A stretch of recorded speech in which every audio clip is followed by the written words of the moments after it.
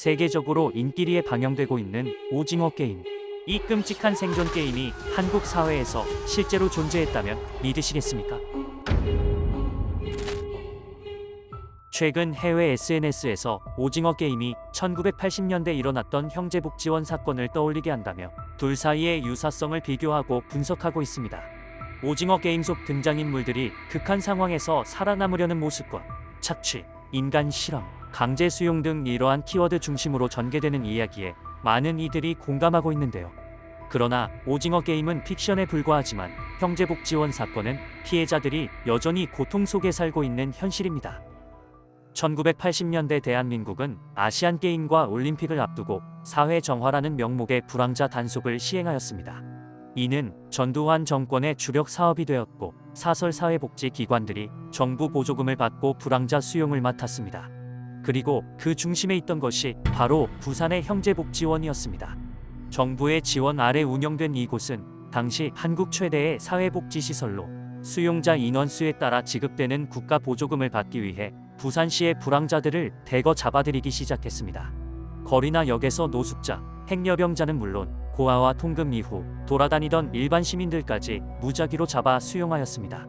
심지어 길 잃은 아이들까지 무차별적으로 납치해 끌고 갔습니다. 수용된 사람들의 약 70%는 가족이 있는 시민이었다고 하죠. 보전이 앞에가 우리는 항상 자전거 타고 막 이렇게 놀고 이랬거든요. 저녁에 갑자기 포탈 같은 거 있잖아요. 그런 차가 와가지고 그냥 태워가 버려요. 집 나왔지. 집 안 나왔다고. 근데 옷이 왜 이렇게 지저분하냐고. 좀 있으니까 행정원 차가 와가지고 태워가 버리는 거예요. 당시 이 같은 납치에는 부산시청과 부산경찰이 적극 협조했기 때문에 원생들이 탈출하더라도 공권력에 의해 다시 잡혀 들어갔습니다. 형제복지원은 이른과 달리 끔찍한 인권 침해의 현장이었습니다. 그곳에서는 매일같이 폭력과 강제 노동이 이어졌습니다. 박인근 원장은 자신의 개인 토지에 목장과 운전 교습소를 세운다며 원생들을 축사에 감금시키고 하루 10시간씩 강제 중노동을 시켰습니다. 식사는 형편없었고 탈출을 시도하다 적발되면 끔찍한 처벌이 기다렸습니다.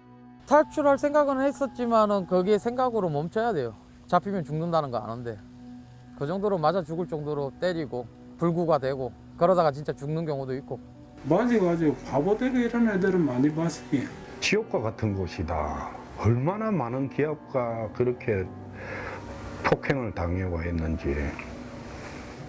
원생들을 순종적으로 만들기 위해 세뇌시키는 과정에서 폭행을 일삼았고 저항이 심한 사람은 살해 후 유기하기도 했습니다.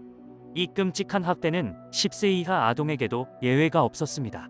머리고 막 다리고 몸통이고 막 때리는 거예요.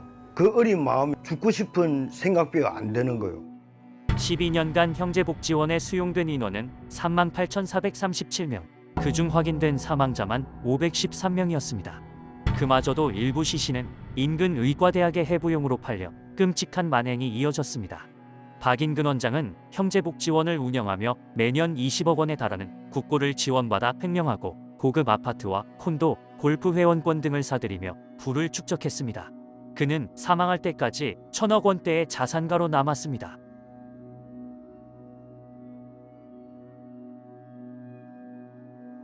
국가는 그의 사회 공헌을 인정하여 1981년 국민포장 성류장, 1984년 국민훈장 동백장을 수여하는 등 온갖 명예를 안겨주었습니다.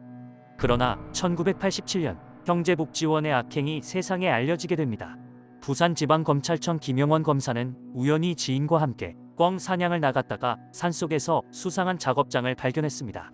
아주 허름한 작업복을 입은 인부들이 삽, 괭이 이런 걸로 작업을 하고 있고 경비원은 이렇게 큰 나무 몽둥이를 길다란 나무 몽둥이를 들고 지키고 있고 그래서 이거는 그냥 범죄 행위다.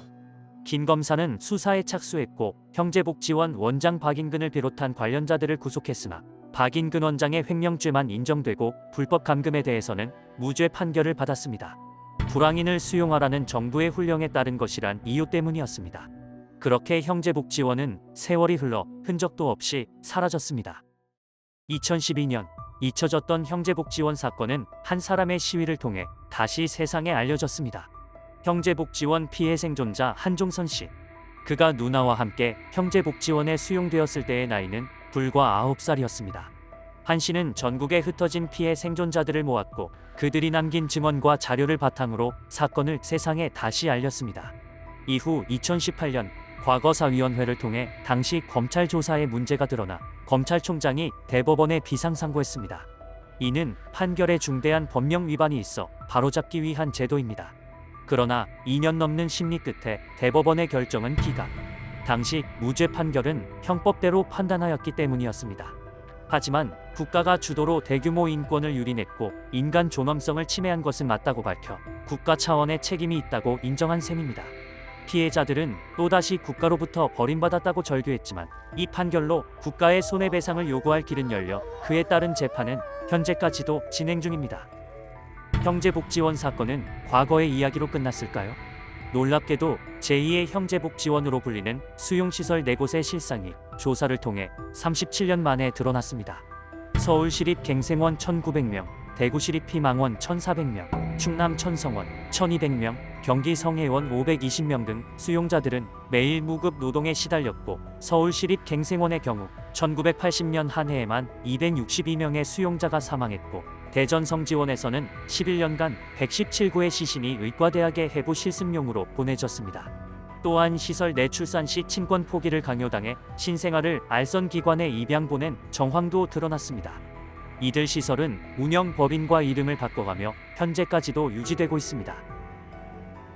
오징어 게임은 형제복지원에서 벌어진 참혹함을 어느 정도 반영하고 있습니다. 하지만 둘의 유사성에 지나친 초점은 형제복지원에서 수용자들이 겪었던 고통과 현재도 이어가는 정의를 위한 싸움을 단순화하거나 가볍게 여길 위험이 있습니다. 둘의 유사점을 찾기보다는 이 사건이 잊히지 않도록 그들의 아픔과 외침을 기억하는 것이 어떨까요? 지금까지 알고 싶지만 알지 못했던 이야기, RR이었습니다.